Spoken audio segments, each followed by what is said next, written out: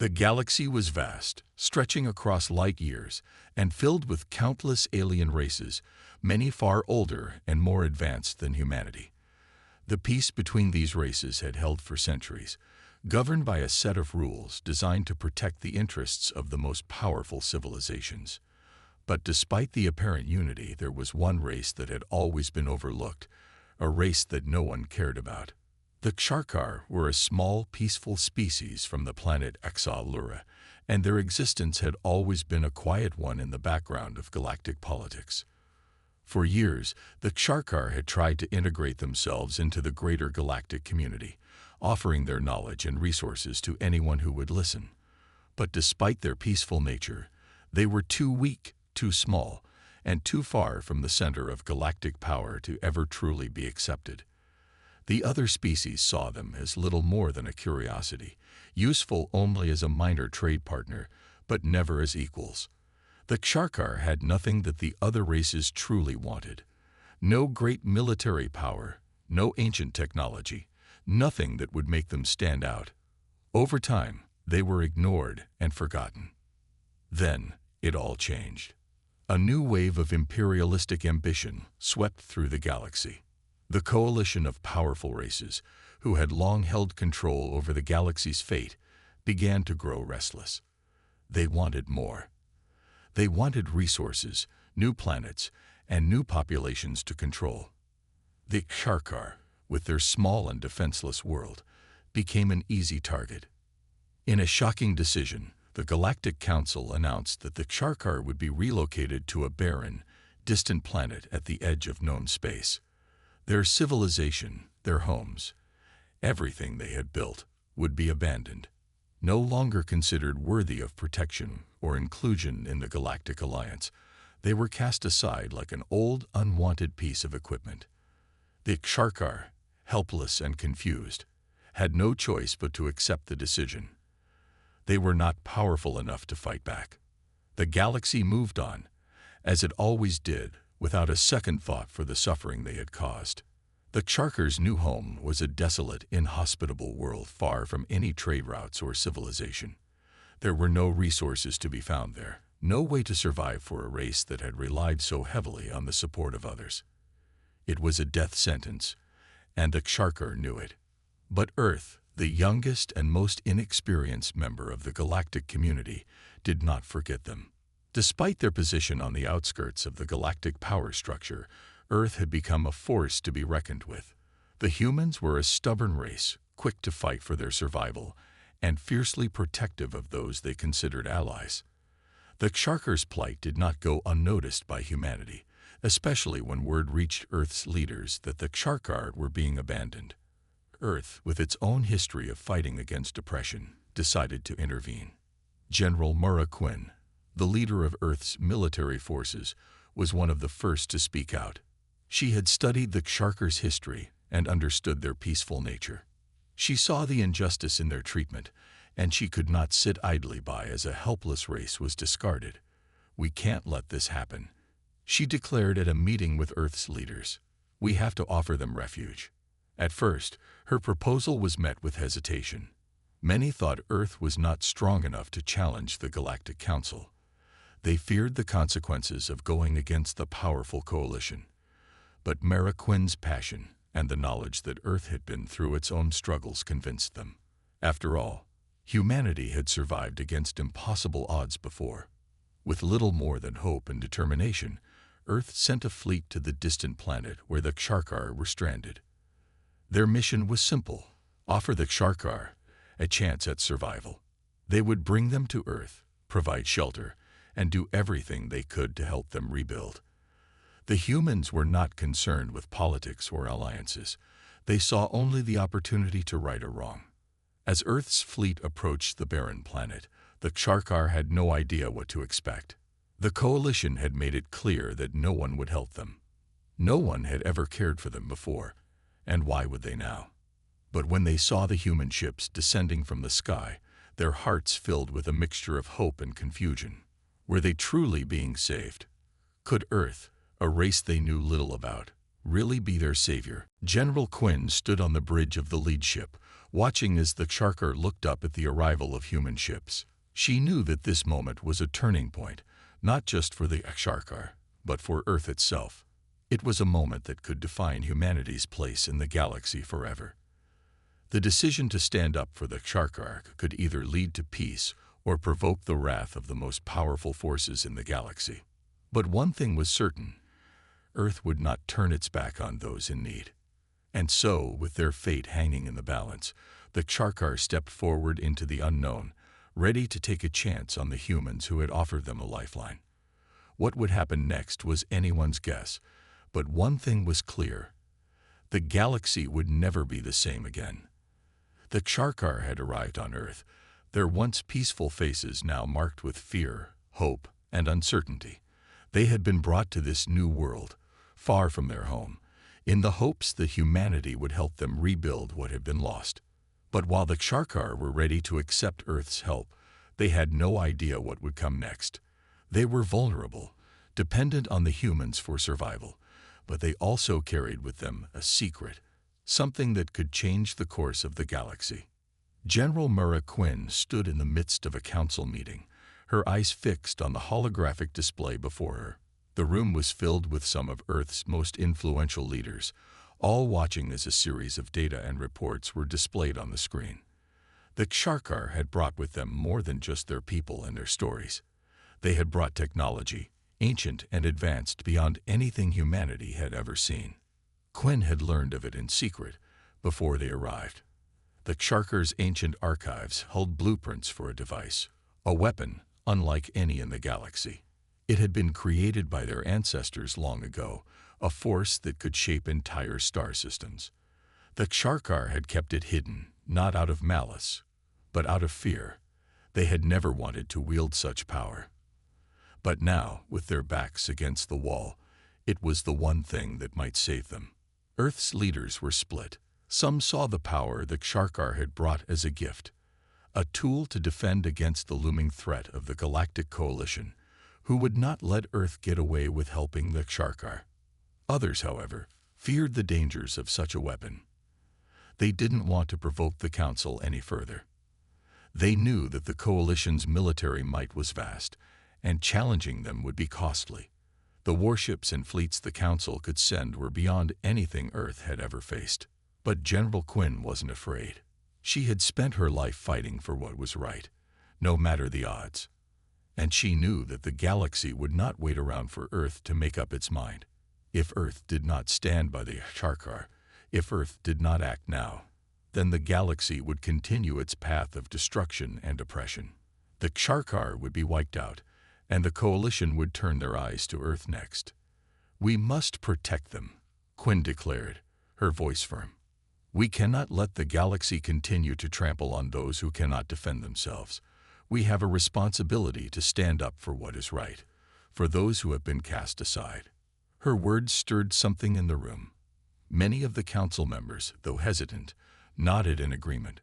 Some were still unsure about the power that Sharkar possessed, but others saw the bigger picture.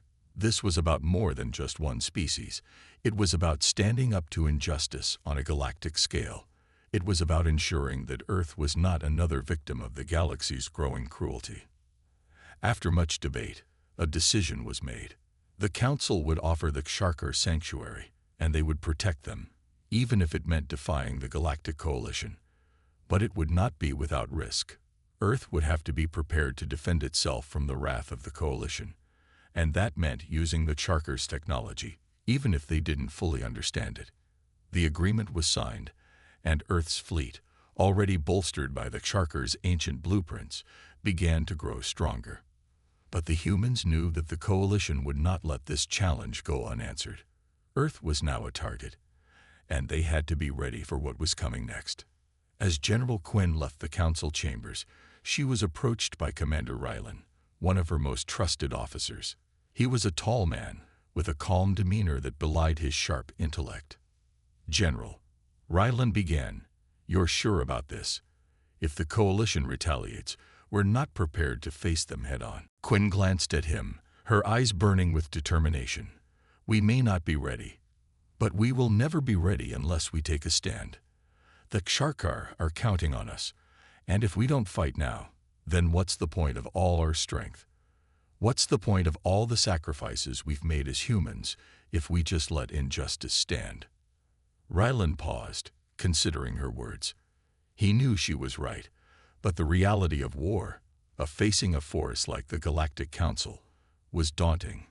Still, he could see the fire in her eyes, and he understood that this was a battle that humanity had to fight, not just for themselves, but for all those who had been oppressed and discarded. As Earth prepared to make its stand, the Ksharkar were quietly aware of the decision made by their new human allies.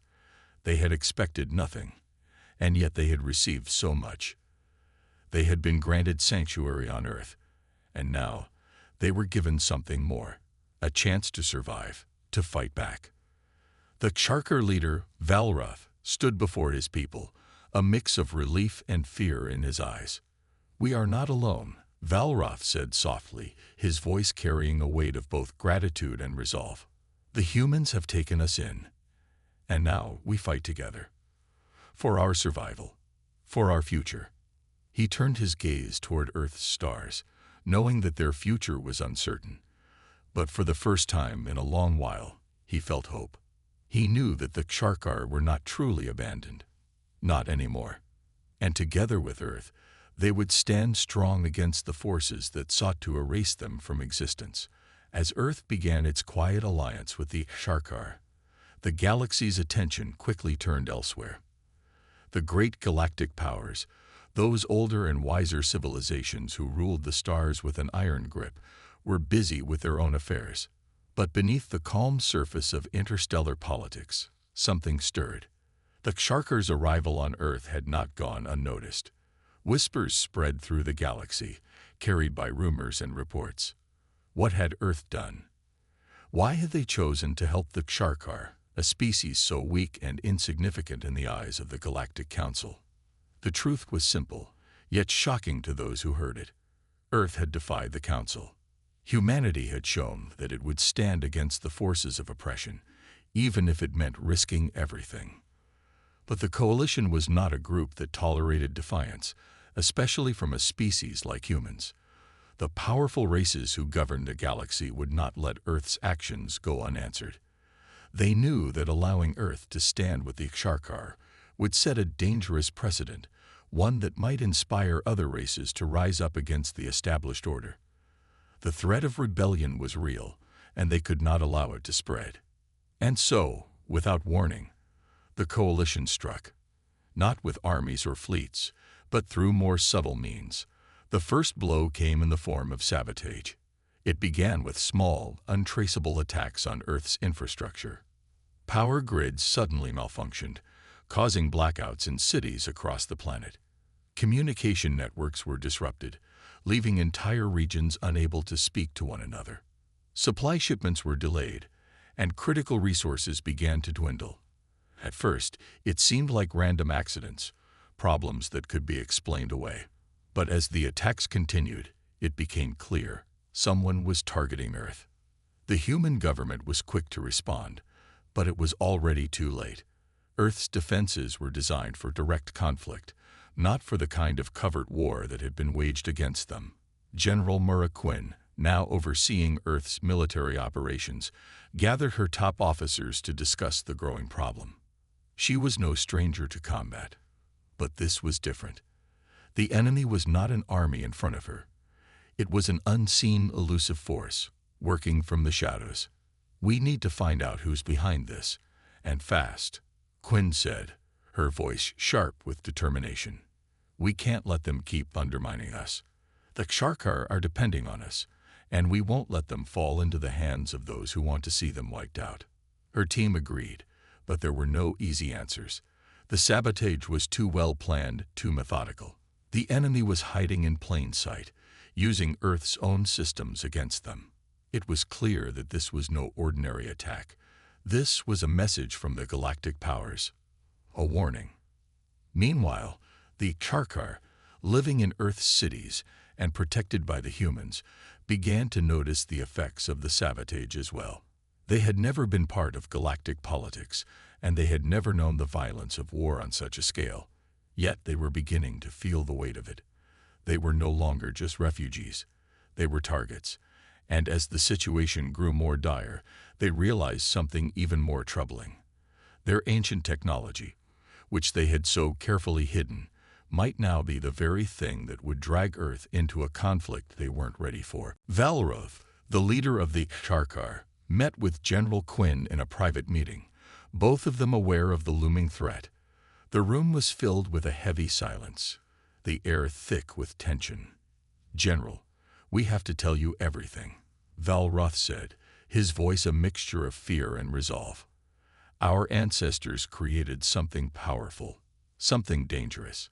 It was never meant to be used, but it is the only thing that can protect us now. The weapon we brought to Earth is not just a tool for war, it is a tool for survival. But I fear that if it falls into the wrong hands, it could destroy more than just the Coalition." Quinn's expression hardened as she listened. She had always known that the Sharkar were hiding something, but she had never realized the extent of what they carried with them. This was not just a weapon. This was the key to everything. She needed to understand it. And soon. "I'll take full responsibility for what happens next," Quinn said, her voice firm. "We'll learn how to use it. We need to stay one step ahead of the Coalition. They won't stop until they've crushed us, but we have something they don't: determination. And we have the Sharkar on our side." The meeting ended with an unspoken agreement between them. Earth and the Sharkar would fight together, using the ancient technology to protect themselves and to secure their place in the galaxy. But the clock was ticking, and with each passing day, the threat from the Coalition grew stronger. Back in the shadows, the true enemy moved closer. The sabotage was just the beginning. The Coalition had sent its best agents to Earth, infiltrating the planet's systems, spreading chaos and fear. But Earth, under Quinn's leadership, was beginning to strike back. They were no longer reacting to the attacks. They were taking the fight to the enemy. Earth's special forces, trained in both traditional combat and new alien technologies, began hunting down the saboteurs one by one. Their mission was clear: eliminate the threat before it could escalate further. But every victory brought them closer to a larger war. The Coalition would not rest until Earth's defiance was crushed, and the Sharkar were once again left to die. As the silent war raged on, neither side could afford to make a single misstep. Earth had proven it would not back down. The Sharkar had put their trust in humanity. And now, together, they had to prepare for the full force of the galaxy's wrath. The decision made by Earth to defend the Sharkar had far-reaching consequences, rippling out across the galaxy like a stone dropped into still waters. At first, the galaxy's other races watched in silence, unsure of how to respond to such an unexpected challenge. But the growing unrest was undeniable. Whispers turned to rumors, and rumors began to spread like wildfire. Earth, a young and untested civilization, had defied the great galactic powers. They had thrown their lot in with the Sharkar, a race discarded by the very council that governed the stars. The news reached the ears of planets that had long remained neutral in the affairs of the galaxy. Many had watched the rise of the Galactic Coalition with growing unease, but until now, none had dared to speak out. The Council's influence was vast, its power nearly unchallenged. The thought of standing against it was, for most, unthinkable. But as word spread of Earth's defiance, things began to change. Far from the seat of galactic power, in a dusty corner of the galaxy, the small planet of Tesselar buzzed with excitement. Tesselar was a quiet world, known for its lush forests and peaceful inhabitants, a race of beings that had never sought to get involved in the galactic politics that shaped the lives of most others. But the Tesselar had always believed in justice and fairness. The oppression of the Sharkar stirred something deep within them. It reminded them of their own struggles long ago, when they had fought to preserve their way of life against outside invaders. "I cannot sit idly by," said Arel, the young leader of Tesselar, to his council. "If Earth can stand against the council, so can we. We cannot allow this injustice to continue." His words echoed through the chamber, And soon, others began to speak up. A small group of Tesselar warriors, thinkers, and diplomats began to rally, vowing to support Earth in their stand against the galactic powers. It was a bold move for a species that had long avoided conflict, but the Tesselar understood that they could not allow Earth to fight alone. At the same time, far from the peaceful Tesselar, another world began to stir. The Kelrath, a proud race of warriors known for their strength and their battle prowess, had heard the news of Earth's actions. The Kelrath were not known for their diplomacy, nor were they interested in peaceful resolutions. They believed in the power of strength, and the idea that a weak race like the Ksharkar could be thrown away by the galactic powers ignited their fury. "We have fought for respect in this galaxy for centuries," said Korath, a fierce Kelrath general.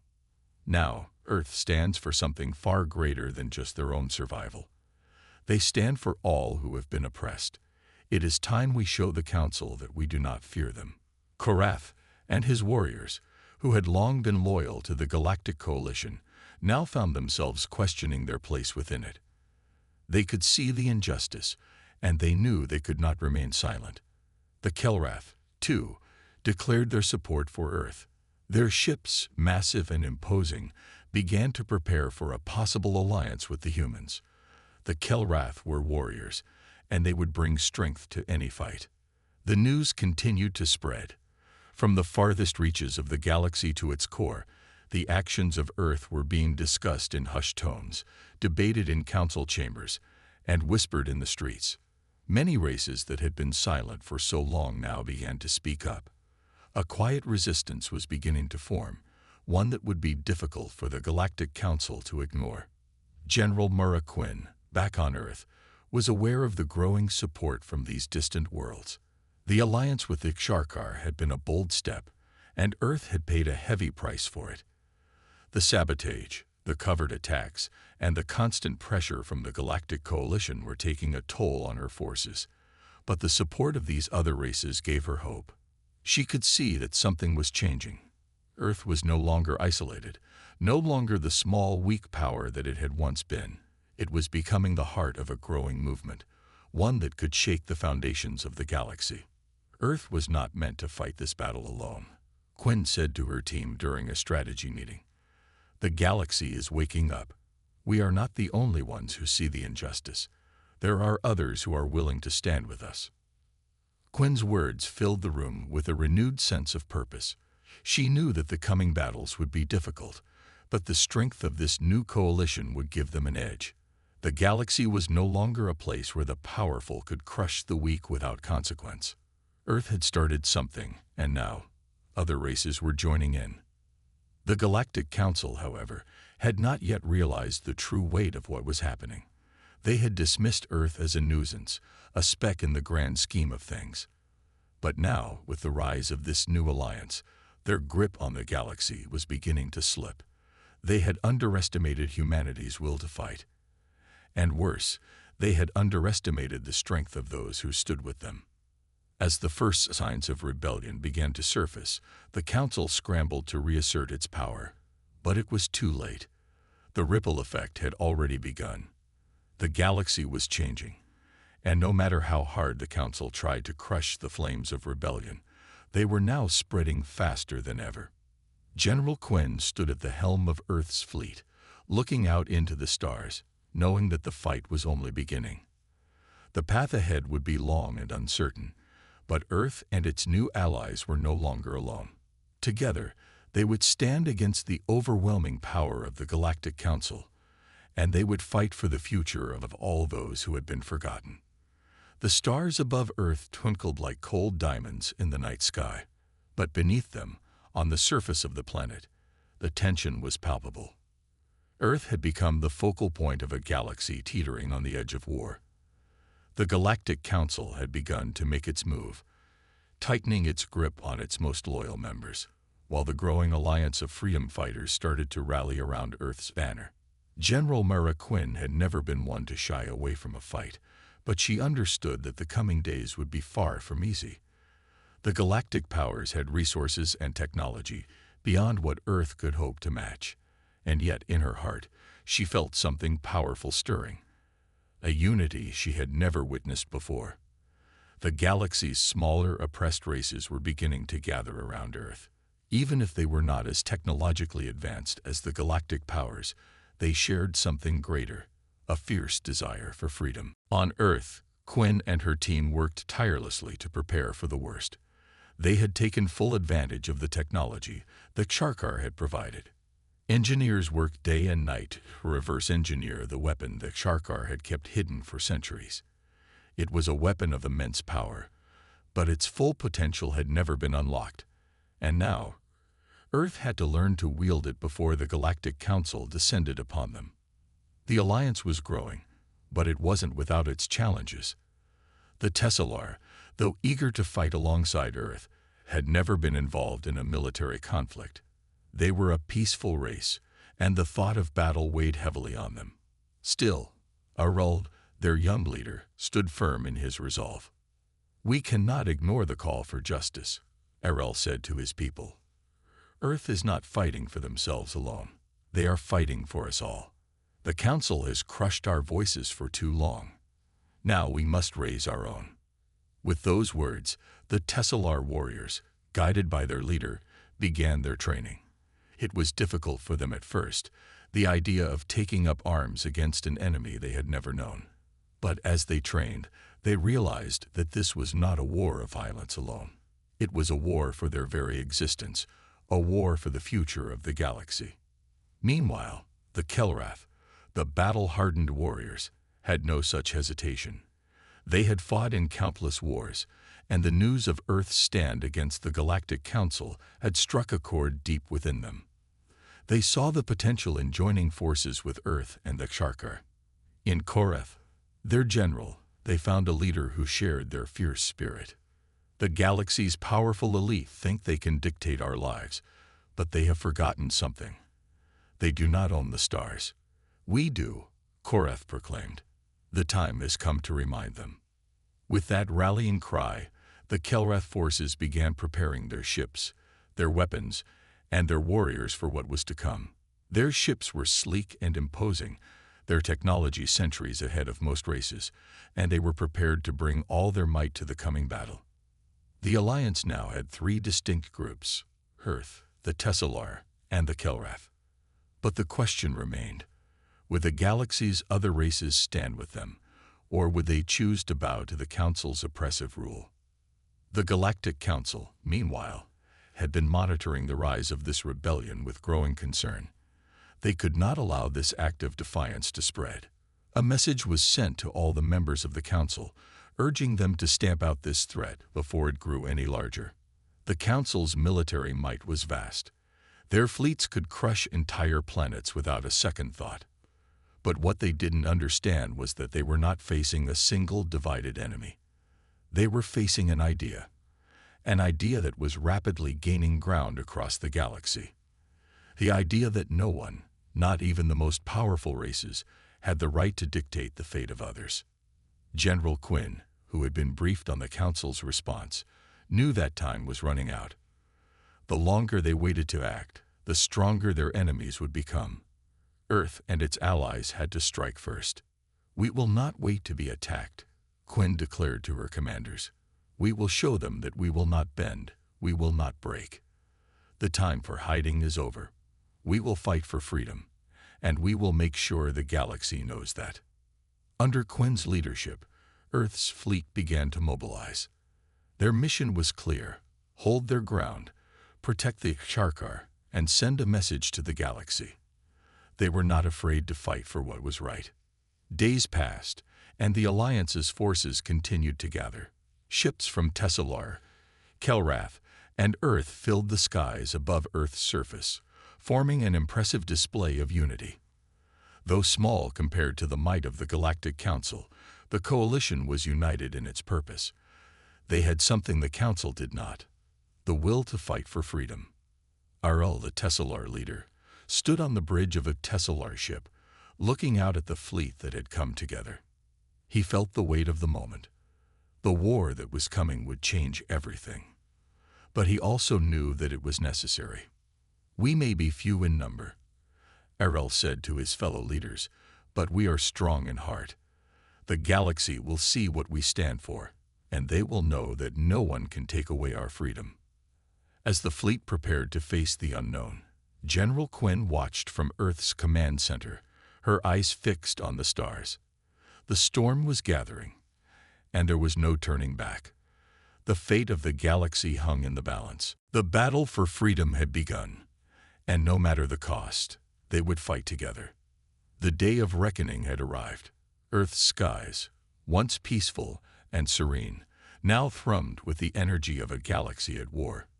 The united forces of Earth, the Tesselar, and the Kelrath stood ready to face the might of the Galactic Council. The stars above were no longer silent witnesses to the drama unfolding below.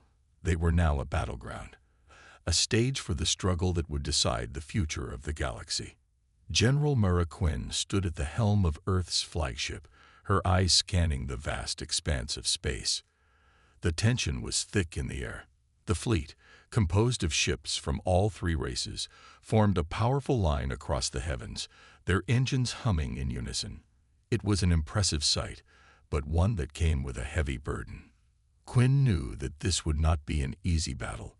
The Galactic Council was powerful, their fleets well-equipped and their tactics deadly. But what the Council underestimated was the strength that came from unity, from the belief that the galaxy's oppressed races had the right to determine their own futures. The first wave of enemy ships appeared on the horizon like a dark storm cloud. The Council had not wasted time. Their ships, sleek and intimidating, stretched across the stars in a deadly formation. Each ship in the Council's fleet was a symbol of their power, each one a reminder of how far they would go to crush any opposition. The battle was about to begin. All hands, prepare for battle. Quinn's voice rang out over the comms, steady and resolute. This is our moment. We fight for Earth. We fight for freedom. And we fight for all those who have been oppressed. The sound of her words filled the hearts of the soldiers on Earth's ships, the Tesselar warriors, and the Kelrath fighters. They were not just fighting for a cause. They were fighting for the future of the galaxy. The air crackled with energy as each ship in their fleet prepared to engage the enemy. General Korath, leading the Kelrath forces, was the first to open fire. His battle-hardened warriors were eager to show the Council the might of their people. Their ships unleashed a volley of powerful energy blasts, lighting up the darkened void of space. The enemy ships retaliated swiftly, but the Kelrath were ready. Their vessels moved with precision, each strike calculated and deadly. "We will not back down," Korath growled, watching as his ships tore through the enemy's ranks.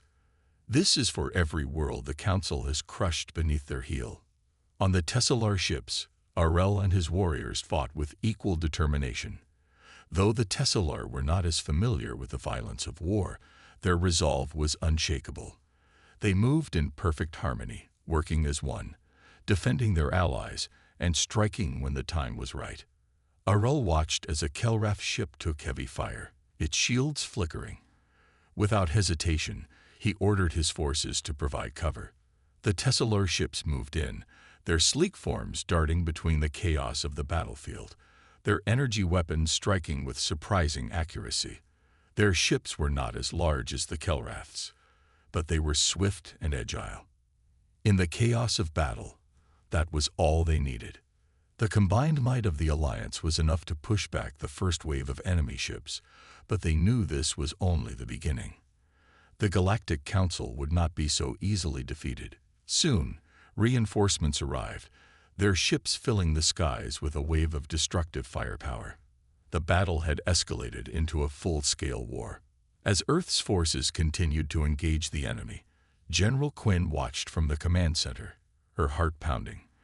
The outcome of this battle would not only determine the fate of the Alliance, but also the future of the Ksharkar. The Ksharkar, hidden safely within Earth's defenses, had been the reason for all this. Their people had suffered for far too long, and now they were ready to stand tall alongside Earth's warriors. Quinn's voice cut through the chaos. "Hold your ground. We cannot let them break our lines." Her words were like a call to arms. Earth's fleet responded with renewed energy, pushing forward with everything they had. Every ship, every fighter was determined to protect the values they had fought so hard to uphold.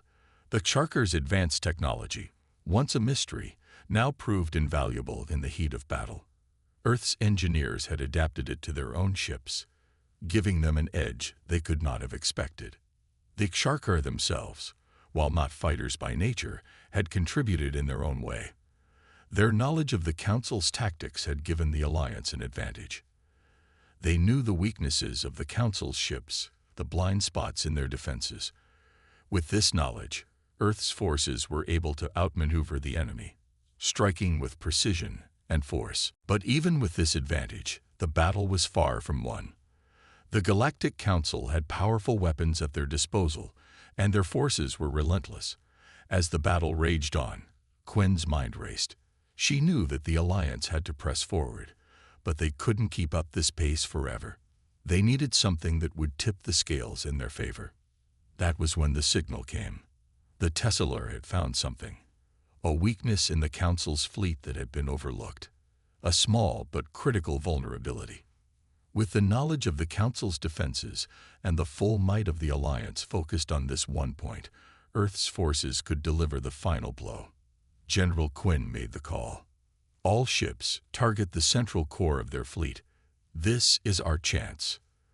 The Alliance, now united more than ever, focused all their energy on the weak spot. The ships of the Galactic Council were massive, but they had one fatal flaw. And Earth, along with its allies, knew exactly where to strike. As the first shots fired, the void of space erupted in a flash of light, marking the beginning of the end for the Council's forces. The battle had turned in the Alliance's favor. The Council's fleet, now reeling from the unexpected strike, began to fall apart. Earth, the Tesselar, and the Kelrath had proven something to the galaxy. They were no longer the oppressed. They were the ones who would shape the future. And the galaxy, for the first time in centuries, would never be the same. The smoke of battle still lingered in the cold expanse of space, but the galaxy was already changing. The once untouchable power of the Galactic Council was beginning to crumble, and Earth, along with its allies, had proven that even the most powerful force in the galaxy could be challenged. General Mara Quinn stood on the bridge of Earth's flagship, looking out at the stars. Her heart was heavy, but there was also a sense of hope that had not been there before. The galaxy, which had once been ruled by fear and oppression, was now teetering on the edge of something new, something better. The battle had not been easy. The Council had thrown everything they had at Earth and its allies, but they had underestimated the strength that came from unity. The forces of Earth, the Tesselar, and the Kelrath had stood together as one. And together they had struck at the heart of the Council's power. The result was clear. Earth had won, and the galaxy had witnessed the birth of a new era. As Quinn watched the remnants of the Council's fleet drift in the distance, she couldn't help but feel a pang of sadness. The battle had cost many lives, and though the Alliance had emerged victorious, the price of freedom had been steep. She had lost friends, comrades, and allies who had given everything for this moment, but they had not died in vain. The galaxy was changing, and the spark of rebellion had ignited a fire that could not be extinguished. "General," said a voice behind her. It was Captain Sato, one of Earth's most trusted officers. "We've received word from the Tesselar and the Kelrath. They're asking for a meeting. They want to discuss the future of the galaxy." Quinn turned to face her captain, her expression thoughtful. The battle was over, but the war for the galaxy's future had just begun. The Alliance had proved that together they could stand against the Council. But now, they needed to build something more, something that would ensure that no race, no species, would ever again be crushed under the weight of oppression. "Tell them to prepare," Quinn said, her voice steady. "It's time we make a plan for the future, a future where every race has the freedom to choose their own path." Across the galaxy, the news of the Council's defeat spread quickly. In every corner of the stars, there were whispers of a new era. The oppressed races, who had long lived under the thumb of the Council, saw a glimmer of hope. For the first time in centuries, they began to believe that they, too, could have a voice. The Charkar, once a race forgotten by the galaxy, now stood tall, their people no longer hidden away in fear. The Tesselar, though still a peaceful race at heart, had realized that they could no longer ignore the struggles of others. Their people had learned the harsh lessons of war, but they had also learned something equally important: unity. Together, they had fought for a common cause, and together, they had emerged victorious. Arel, the young leader of the Tesselar, stood in the heart of his people's ship, looking out at the stars. His thoughts were filled with a mix of pride and uncertainty. His people had never wanted war, but they had fought for something greater than themselves. And now, the galaxy would never be the same. "We've done it," Errol said quietly, his voice filled with emotion. "But the real work is just beginning. We must ensure that the mistakes of the past are never repeated." The Kelrath, too, had felt the weight of victory. They were warriors, and they knew what it meant to fight for a cause. But they also understood that strength alone could not guarantee peace. General Korath, their leader, stood on the bridge of his ship, watching as the remnants of the Council's fleet drifted into the distance. He had led his people through countless battles, but this victory was different. It was not just a victory of force, it was a victory of ideals. "We've fought hard," Korath said to his officers, "but we must remember why we fought. This is not just about our strength. This is about creating a galaxy where no one is left behind. A galaxy where we all stand together." The alliance of Earth, the Tesselar, and the Kelrath had proven that the future could be different. But the galaxy was vast, and there were many races still living under the Council's shadow. The road ahead would not be easy, but it was a road that Earth and its allies were willing to walk together. The Council had been defeated, but the true challenge was to rebuild and ensure that peace and freedom would prevail. The first meeting of the new alliance was held in the neutral space station, located far from the influence of the Galactic Council. Representatives from Earth, the Tesselar, the Kelrath, and even the Charkar were present. The room was filled with hope, but also with the weight of responsibility. "This is just the beginning," General Quinn said as she stood before the gathered leaders. "The galaxy has seen what we can do when we stand together. But we must continue to fight for a future where all races are free to choose their own path. We must rebuild and ensure that no one will ever again be cast aside by the Council. This is our chance to make things right." Arel, standing beside Quinn, nodded in agreement. "We have fought together, and we will build a future together. A future where every race, every people, is valued and respected." And with that, the first steps toward a new galaxy began. The alliance of Earth, the Tesselar, and the Kelrath was just the beginning of a larger movement. Across the stars, others would rise, inspired by the courage of those who had stood against the Council. The fight for freedom was far from over, but for the first time in a long time, the galaxy's future was filled with hope. The battle for the stars had been won, but the fight for a better galaxy, one where all races were free to live without fear, had only just begun.